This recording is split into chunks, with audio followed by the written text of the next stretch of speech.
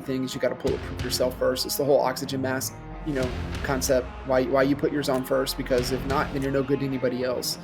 And so it has to start there.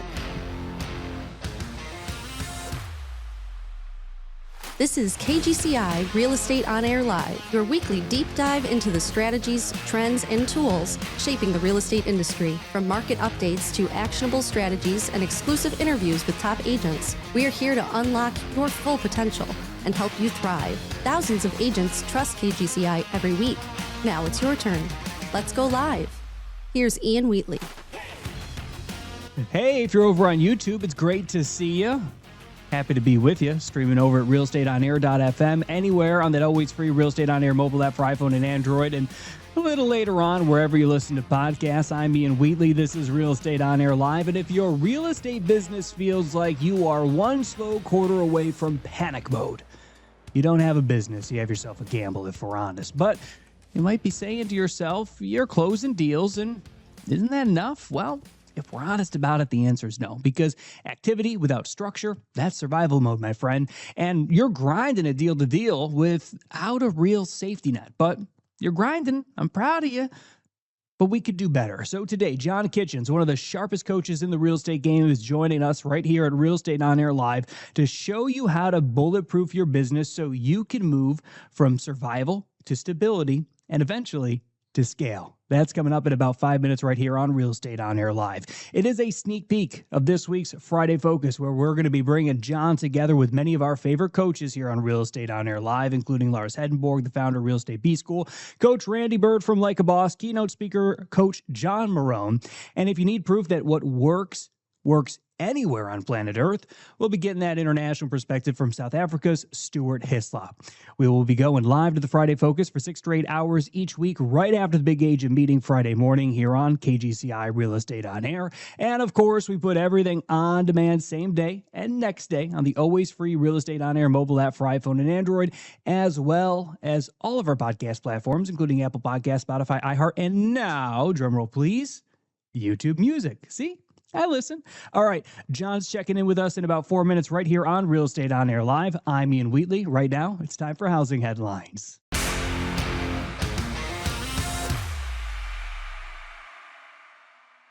Pending home sales slipped in July, down 0.4% from June, according to the National Association of Realtors, even as they stayed slightly above last year's level. Now, the West showed some legit gains, but the Northeast are bad. Drag the numbers down. And NAR's chief economist Lawrence Yun is warning that buyers are still cautious even as more inventory is on the shelf. But agents, what this means for all of us is that longer decision cycles are at play here. So stay top of mind. Consistent follow-up is the difference between a stalled lead and a closed deal. Now, over to existing home sales. Those shot up 2% in July to the 4.01 million pace, that according to the National Association of Realtors and Reuters. Now, prices, they barely moved, just up 0.2% year over year. That's 25 straight months of growth. But it's the slowest pace in those 25 straight months. So inventory is the big story here. It's at the highest levels we've seen since 2020, giving buyers the strongest negotiating position that they've had in the last 5 years. So translation, agents, buyers got some leverage. Prep your sellers to price realistically and give your buyers permission to negotiate with some more confidence. All right. Also, keeping an eye on mortgage rates. Those eased off the gas a bit. The 30-year fixed rate dropped to 6.56%, according to Bloomberg. That's the lowest since last October. Now, Barron's is noting that this is tied up to bond yields, not Fed cuts, and Market Watch is warning that the drop may not last. But here's the opportunity. Investopedia says that even a tiny slide to 6.3% could unlock refinancing for millions of homeowners. So agents, don't dismiss a small rate move. A quarter point could mean your pipeline just got fatter with buyers and refi conversations. And here's the shocker of the week, at least last week. New homes are now less expensive than existing ones. That's according to the New York Post, reporting that median new build is closing for nearly $20,000 less than resale. Why? Well, builders, they're overloaded with inventory in some parts of the country and they're cutting some deals. Meanwhile, Investopedia says that housing wealth is slipping. That's not great, as price growth is lagging inflation. All right. And we also have some Zillow data that shows the split by region, right? Where Midwest and Northeast values are climbing, but the South and the West, they're cooling off a bit. And Reuters confirms that builder sentiment is at its lowest level in the last couple of years, going back to 2022, with 2/3 of builders now offering incentives across the country. So agents, what? This is a choose your own adventure market. All right. Leverage builder deals to help some buyers, coach sellers on pricing pressure, and adjust your playbook wherever you are, region by region, because one size ain't fitting all right now. That's checking your housing headlines here on Real Estate On Air Live. I'm Ian Wheatley.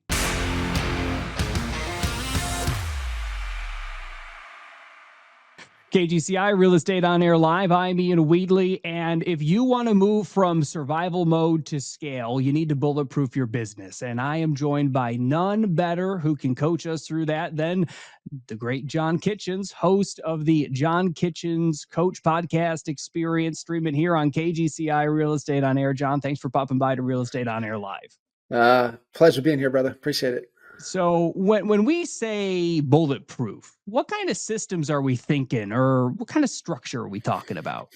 Yeah, I mean that's a great question to be able to think about, and always talk about right things, right order, and in order to bulletproof the business, you got to bulletproof yourself.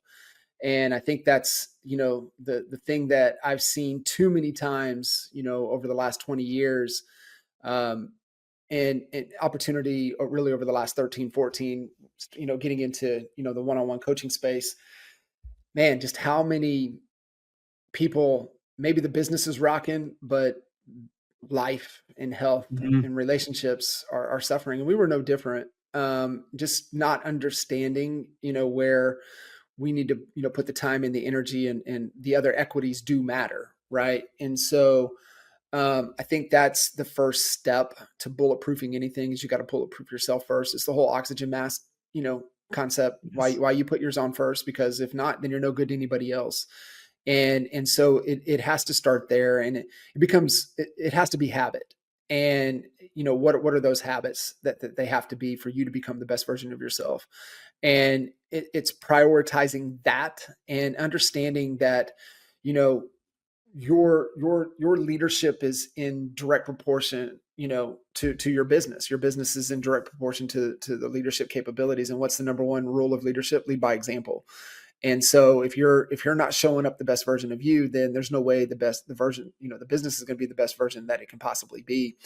You can stress your way to a certain point. We did it, top 10 in the world for Caldwell Banker, and we stressed our way to where it was. And that meant, health wasn't a priority. That meant relationships weren't a priority. And we didn't put those right things in the right order.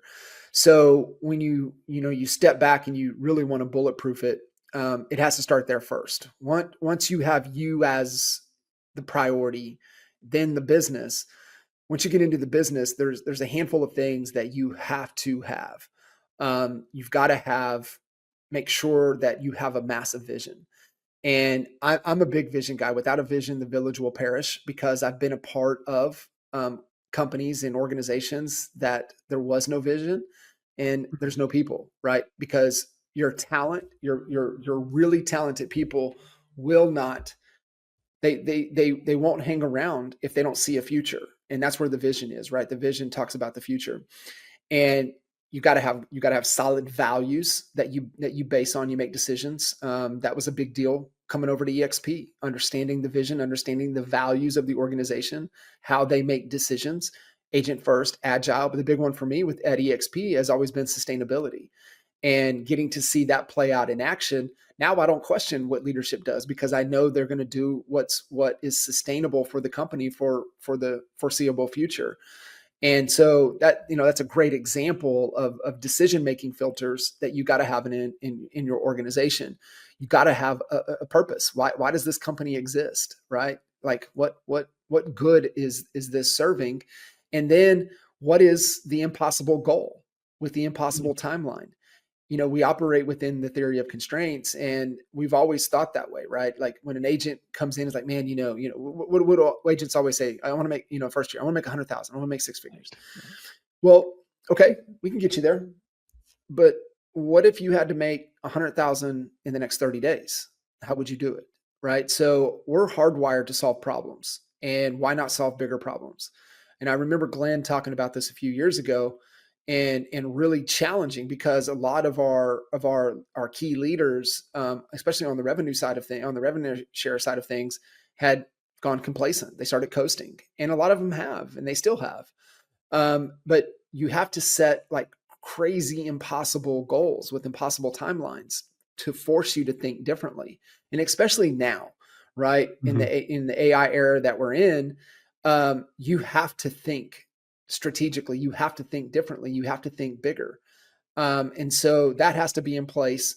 Then it comes down to, the business model. Really, what is the business model that you're operating within? We're on a great platform at EXP, the best platform to be on to build an exceptional organization that removes a lot of the things that would keep you up at night when you own your own company. When it comes to, agents and when it comes to especially the liability side of things, that's like the biggest thing. Like most people don't understand that, but when they can take legal and the E&O and the insurance off my plate, and I don't have to think about that anymore, I can sleep better at night. And that's a big deal you don't understand unless you've owned independently your own business, your own company.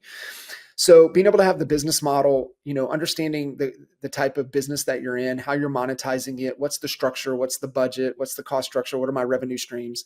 So making sure that you've got good money revenue streams coming in, being able to, focus on where the market's going, where the puck is going, where the opportunity, like right now we're talking, this is a have to market, meaning that people are only buying and selling if they have to. This is not, I would be nice to, this is a have to market. So knowing that your business is built around the have tos and your offers are to the have to markets, the motivated sellers, the buyers, what do they, want? What do they need? So being able to have that. Once you get there, Ian, it's all about the plan, right? It's the strategy that we have, right? And the thing for us moving into the future as the thought leaders, that there's such an emphasis on strategic thinking and planning and executing. The way we've always thought about strategy is always solving the right problem, right? Bad strategy, you don't even address the problem. So talking about operating within theory of constraints, there's always a constraint somewhere. And are we solving that constraint? For most agents, it's going to be around traffic and conversion. So is your strategy to generate the right traffic to the right offer, and then being able to convert it? For most people, that's the biggest problem. So we got our strategy around that. And that would be the most common failure point probably for you would see in an agent run business. Mm-hmm. Yeah, for most of the time, right? They just don't know how to create demand or enough of the right demand. Right. And then, then it turns into a conversion problem when they do have the demand. So being able to fix what that is. Then the final component, Ian, is the people. It's the team. And I promise you, the biggest thing that I'm seeing right now for businesses and in agents that are stalling out is that they have the wrong people around them. And a lot of it has come from people that came in when the business was a little bit easier. Right. And they got lax on their skill set. They got lax on their accountability. And so they're not built for the headwind market that we're in right now. So it's who, then what, as Jim Collins always says. So the process is having the right team that can execute the strategy within the business model in pursuit of the vision. It goes up and down, right? That's just, it's how it works. I like to think of it as a ladder, right? The vision, the goal, the mountain is at the top. and then all the way down and then back up. But I can trace most of the time back to your people, Right. and I can quickly get to the pain point by show me your people. What's your Hmm. team? What are they doing? How are they executing? What are their vital metrics? What are their vital responsibilities? Show me their calendar. Hmm. What are they doing? Right. And so to fix a lot of the agent situation, to really bulletproof their business, they need to make sure that they've got the right team around them. Got it. And what are some of those systems that would protect an agent from burnout, a slow season, sudden macroeconomic downward pressure that is completely outside of their control? What are some of those systems, and what do they look like? Yeah, I mean, I think the biggest thing is making sure that they're doing the thing that that gives them energy, right? Within the Yes. business itself. Dan Martell's book is the best. Buy Back Your Time. It's the best how to, the best to understand the concept of who, not how. Obviously, that's Dan Sullivan, right? Dan Sullivan's concept of who, not how. And then the actual how do you put it into work is Martell's book, Buy Back Your Time. And we're trying to get into the productivity quadrant that he talks about, that one, we're doing the thing that gives us energy and the thing that makes the business the most amount of money. And that's where we want to live, right? That's the 70% of our working time space. We want to do those things that give us energy, that we're the best in the world at, that we love doing, that also makes the company the most amount of money. And for some, I had a gentleman one time when we were going through this concept, and he goes, unique ability and exceptional activities are pretty much the same except for one thing. One gives you energy, one doesn't. Hmm. And he goes, I'm world class at listings, but it doesn't give me any energy. Hmm. But I love talking to agents. So great. Well, then guess what? You get to recruit agents because that's what you love to do. That gives you energy. It's the same thing, right? It's articulating your value. It's listening to what they're wanting to accomplish, and then how your unique value can help them do that. It's the same thing with sellers. It's the same thing with buyers. It's the Right. same thing with agents. One, for him, didn't give him energy. One did. So guess what? We were going to allocate 70% of his working time is recruiting and talking to agents. Right. And so built the business model around that, recruiting agents. And for the agents that are listening in right now, we're chatting with John Kitchens, the host of the John Kitchens Coach Podcast Experience, streaming here on KGCI Real Estate on Air. How can an agent diagnose themselves? How can they figure out if they're in a survival phase or a stability phase, or they're in a scaling phase? How can they figure that out? We put together one of the best assessments that I remember when I gave it to Kinder for the first time to take. He goes, bro, this is the best assessment on our business that I've ever seen. And it's eight. There's 8 growth factors. So you can go take the assessment for free. It's mygrowthscore.com. Mygrowthscore.com. Go take it. It is the best assessment. I have all of my clients, our team meet. We do it every 90 days. We assess it every 90 days Okay. because the thing is it's going to point out where you're deficient in your business. What is the biggest constraint, right? And then you have to put your strategy on that, solving that constraint. And then you do it in 90 days. Did we move the needle on that? Okay. And then something else is going to fall off. So it's important to do that every 90 days, but mygrowthscore.com, it is the best assessment on your business that you'll ever take.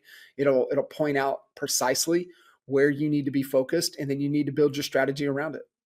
All right. So that's mygrowthscore.com. You would say that'd probably be the first move for anyone who's looking Mhm. to make some sort of level up move.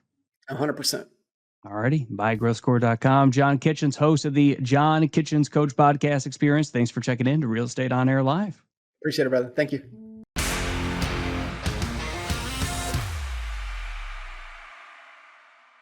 There were so many incredible tidbits that we could pull out from that conversation with John Kitchens. You just heard right here on Real Estate on Air Live. But I did my best to boil them down to 5. Here are my top 5 takeaways in a particular order from the conversation with John Kitchens, host of the John Kitchens Coach Podcast Experience, streaming right here on KGCI Real Estate on Air. At number 1, Bulletproof starts with you. If you're running on fumes, your business is gonna too. Health, habits, leadership, it all flows from you, the agent. Number 2, vision attracts talent. No vision, no people.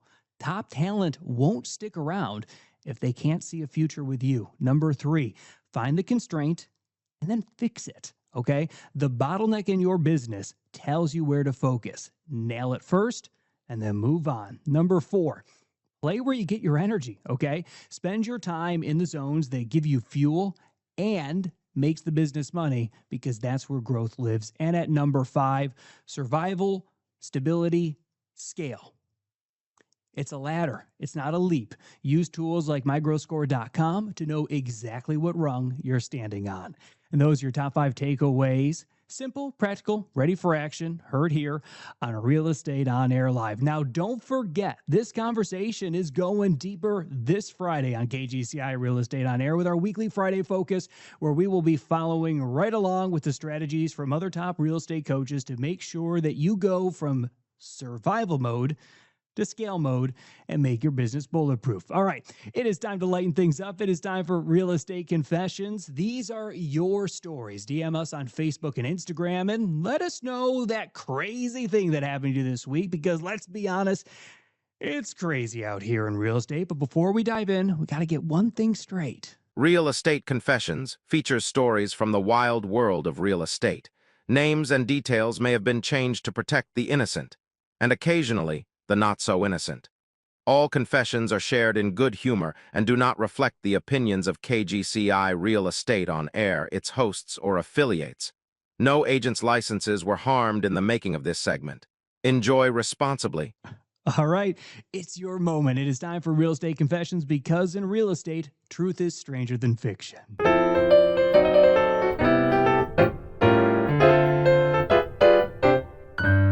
Tried to bulletproof my business with a new CRM. Forgot to migrate my contacts. Now I just have an expensive blank screen. Told my coach I was scaling. My assistant quit 2 weeks after I finally got them trained. Tried to save time by having ChatGPT write my follow-up text. Forgot to swap out the insert name field. Now all my clients think I'm dating a Rachel. I'm not. Held a broker's open and forgot snacks. One agent asked if it was BYO charcuterie. I smiled like I meant to create a fasting-themed showing experience.